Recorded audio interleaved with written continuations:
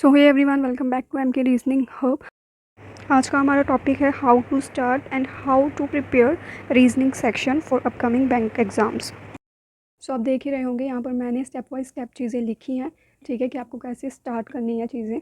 And if you are beginner तो आप ये चीज़ें फॉलो करना, डेफिनेटली आपको इस चीज़ से हेल्प मिलेगी, ठीक है। सो अब हम देखते हैं कि हमने क्या क्या चीज़ें करनी है स्टार्टिंग में।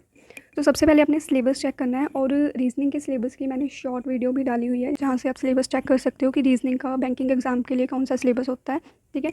और आप ये ट्राई करना कि जो भी सिलेबस है वो आप एक प्लेन शीट लेकर वहाँ पर नोट डाउन कर लो, रीजनिंग का, क्वांट का, इंग्लिश का, ठीक है, जो जो भी सब्जेक्ट है उनका सिलेबस नोट डाउन करो, ठीक है। और जैसे जैसे आपके टॉपिक्स होते जाएंगे फिर आप वहाँ पर टिक लगाते जाओ, सो दैट आपको पता हो कि कौन सा मेरा टॉपिक हो चुका है और कौन सा भी करना है।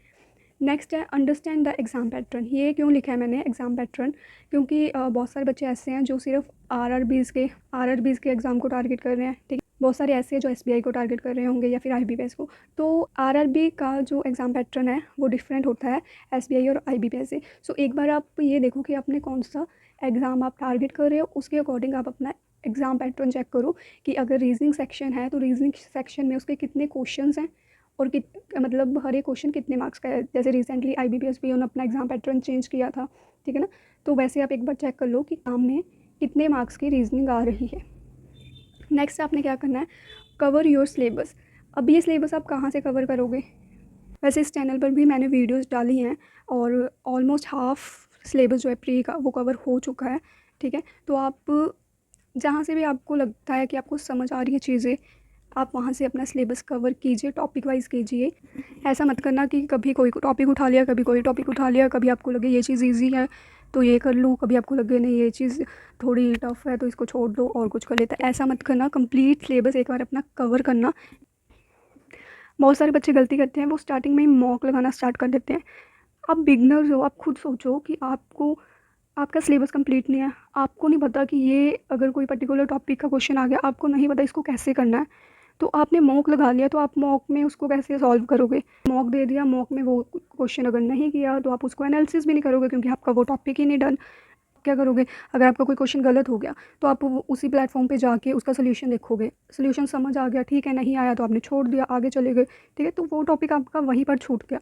ये चीज़ मत करना, एक बार कंप्लीट सिलेबस कवर कर लो, देख लो कि किस टॉपिक में कौन से टॉपिक से किस टाइप के क्वेश्चंस आते हैं, वो चीज़ एक बार कवर कर लो। नेक्स्ट है build a strong foundation. Build a strong foundation that means अब आपने सिलेबस कवर कर लिया, ठीक है। तो अब आपने क्या करना है, जब भी आपके पास फ्री टाइम हो, ठीक है, रात को सोने से पहले जब भी मतलब आपको लगे आपके पास टाइम है 10-20 मिनट, तो जो भी आपने मिसलेनियस टॉपिक किए हैं उनके जो भी कॉन्सेप्ट होंगे, लाइक अगर हम बोले कि इनइक्वालिटी में आइदर और का केस हो गया, सिलोगिज्म में आइदर और के केसेस, ठीक है ना। तो ये सारे जो होते हैं उनको एक बार देखो, रिकॉल करो कि वो कैसे कैसे हैं, ठीक है, सो दैट आपको कन्फ्यूज़न ना हो। के अलावा लाइक जो सीटिंग अरेंजमेंट है या फिर पजल्स हैं, ठीक है, उनको दिमाग में लाया करो कि अगर ये वाला पजल है ये ऐसे मतलब इसको हम सॉल्व कर सकते हैं, इसकी ये अप्रोच होनी चाहिए। जब आपने ये सब कर लिया, सिलेबस कवर हो गया एक बार, अब आपने क्या करना है, सॉल्व मॉक टेस्ट। और प्लीज़ स्टार्टिंग में ही आप 35 को नंबर ऑफ़ क्वेश्चन या 40 नंबर ऑफ़ क्वेश्चंस लेकर मत बैठ जाना। लाइक एक कंप्लीट रीजनिंग का सेक्शन जो होता है उसको मत लेना। आपने अब क्या करना है, जो 5 to 10 मार्क्स वाले मॉक होते हैं जिसको मिनी मॉक्स भी बोलते हैं, उनसे स्टार्ट करना, ठीक है। क्योंकि मैं ये चीज़ क्यों बोल रही हूँ कि सेक्शनल मतलब, क्योंकि अभी आपने स्पीड पर तो वर्क किया नहीं, अभी सिर्फ आपने क्या किया है, अपना सिलेबस कंप्लीट किया है, ठीक है ना। और सिलेबस कंप्लीट करने का ये मतलब नहीं है कि आपकी स्पीड भी अच्छी होगी, स्पीड तो प्रैक्टिस से ही अच्छी होगी, ठीक है। तो इसलिए मैं बोल रही हूँ स्टार्टिंग में जो आपने मॉक टेस्ट लगाने हैं वो 5 या फिर 10 मार्क्स वाले लगा सकते हो। और ये कहाँ से लगाने हैं आपने? अड्डा अड्डा 247, क्योंकि मुझे सबसे इजी क्वेश्चन जो लगते हैं वो अड्डा के ही लगते हैं। तो इफ़ यू आर बिगनर तो स्टार्टिंग में कोई ऐसे प्लेटफॉर्म से क्वेश्चन मत लगाना जहाँ से आपके सॉल्व ना हो। क्वेश्चन सॉल्व नहीं हो गए फिर डिमोटिवेट हो गए, फिर सोचने बैठ जाओगे, सो ये चीज़ें मत करना। वो प्लेटफॉर्म चूज़ करना स्टार्टिंग में जहाँ पर आपको क्वेश्चन जो हैं वो इजी प्रोवाइड हो। ये नहीं है कि बहुत ज़्यादा टफ लेवल दे दिया, ठीक है ना, तो ऐसी चीज़ें भी मत करना। सो अड्डा मतलब मेरे अकॉर्डिंग तो अड्डा के जो टेस्ट भी होते हैं, मिनी मॉक्स जो होते हैं वो ईजी होते हैं, तो आप वहाँ से ट्राई कर लेना, आप वहाँ से ट्राई कर सकते हो ये चीज़ें। और जब भी आप अगर 5 मार्क्स वाला भी टेस्ट दे रहे हो या फिर 10 मार्क्स वाला भी मॉक दे रहे हो, तो हमेशा स्टार्ट करना ईजी क्वेश्चन से। ईजी क्वेश्चन जैसे फॉर एग्जांपल अगर आपने एक पज़ल भी बना ली, तो पज़ल के अगर 5 क्वेश्चंस है तो 5 के 5 क्वेश्चन तो ईजी नहीं होंगे, ठीक है। उनमें से कोई 2 या 3 क्वेश्चन ऐसे होंगे जो वन लाइनर होंगे, तो पहले आप उनको स्टार्ट करना। अब आपने टेस्ट दे दिया, अब आपने क्या करना है, अपनी जो परफॉर्मेंस है उसको एनालाइज करना है, ठीक है। और मेन मोटिव ये भी है मिनी मॉक्स का लगाने का कि तो एटलीस्ट आप देखोगे तो सही कि हाँ 5 क्वेश्चन लगाए, 5 में से अगर 2 ठीक है या फिर 3 गलत भी हैं, तो आप एटलीस्ट चेक करोगे कि कहाँ क्यों गलत है। अगर आप फुल लेंथ लगाने बैठ गए तो आप फिर चेक नहीं करोगे अपनी मिस्टेक्स, आपको लगेगा बहुत टाइम लग गया, ठीक है। तो इसलिए भी ये चीज़ ज़रूरी है। तो अब आपने अपने परफॉर्मेंस को एनालाइज करना है कि कहाँ पर गलती है। अगर कोई क्वेश्चन गलत है तो वो क्वेश्चन क्यों गलत है, ठीक है, और कौन से टॉपिक का गलत है, फिर से आप उस टॉपिक को क्लियर करने की कोशिश करो, ठीक है ना। सो इन सब के बाद अभी आपने क्या करना है, जब भी ये चीज़ें आप कर रहे हो, मिनी मॉक्स लगा रहे हो, पजल्स और सीटिंग अरेंजमेंट जो है इनको नहीं भूल जाना कहीं, ठीक है। ये भी साथ साथ में करने हैं आपने। पज़ल और सीटिंग अरेंजमेंट आपको मतलब वे बता सकता है, कोई आपको ये चीज़ बता सकता है कि कैसे आपने स्टार्ट करनी है चीज़ें, पर इसमें स्पीड या फिर ये सॉल्व तभी होंगे जब आप इसकी प्रैक्टिस करोगे। ये 2 चीज़ें तो सबसे ज़्यादा रीजनिंग में जो चीज़ें प्रैक्टिस मांगती हैं, that is puzzle and seating arrangement, ठीक है।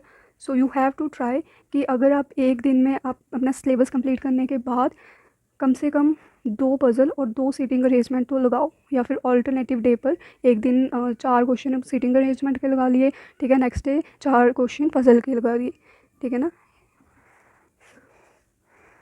और फिर धीरे धीरे आप इनके नंबर इंक्रीज़ कर सकते हो डेली की प्रैक्टिस में। अब आपने क्या करना है, ये चीज़ें जब आप कर रहे हो, ठीक है, अब आपने ट्राई करना है उसके बाद, ठीक है ना। पहले तो ये चीज़ें करो, ठीक है। अब यहाँ से गलतियाँ पता लगनी स्टार्ट होगी मिनी मॉक से, कौन कौन से टॉपिक की क्या क्या गलतियाँ हैं, फिर आपने उस पर वर्क किया। अब उसके बाद आपने क्या करना है, अब आप सॉल्व कर सकते हो एक full sectional mock test reasoning का। आपने फुल सेक्शनल मॉक लगाया, उसके बाद जब आप एनालिसिस करोगे तो फॉर श्योर बिगनर हो तो ये चीज़ है कि आपकी स्पीड अभी नहीं बनेगी। तो जब आपने मॉक टेस्ट लगा लिया, उसके बाद आपने ये चीज़ देखनी है कि कौन से क्वेश्चन में आप ज़्यादा टाइम ले रहे हो। काफ़ी क्वेश्चंस ऐसे भी होंगे जो आपके समझ में आ जाएंगे, आप बना रहे हो पर बहुत ज़्यादा टाइम वेस्ट हो रहा है उस पर, ठीक है ना। तो ये चीज़ें होंगी स्टार्टिंग में। सो अगर स्टार्टिंग में चीज़ें नहीं भी बन रही तो ये मत सोचना कि हमसे नहीं हो पाएगा या फिर हम नहीं कर पाएंगे, ऐसा कुछ नहीं होता। Practice make a man perfect. कोई भी स्टार्टिंग से इतना अच्छा नहीं होता, कोई भी स्टार्टिंग से पजल्स बनाने नहीं बैठ जाता या फिर फुल मार्क्स लेने नहीं बैठ जाता, ठीक है। चीज़ों को टाइम लगता है और धीरे धीरे चीज़ें बननी स्टार्ट होती हैं। तो अगर आपको ये लगे कि सिलेबस भी कवर हो गया उसके बाद भी नहीं चीज़ें बन रही, तो फिर ये है कि आपको सिलेबस की अभी क्लैरिटी नहीं है, तो फिर आप दोबारा से एक बार टॉपिक्स देखो, ठीक है। और चीज़ें डेफिनेटली बनेंगी, पजल्स भी बनेंगे।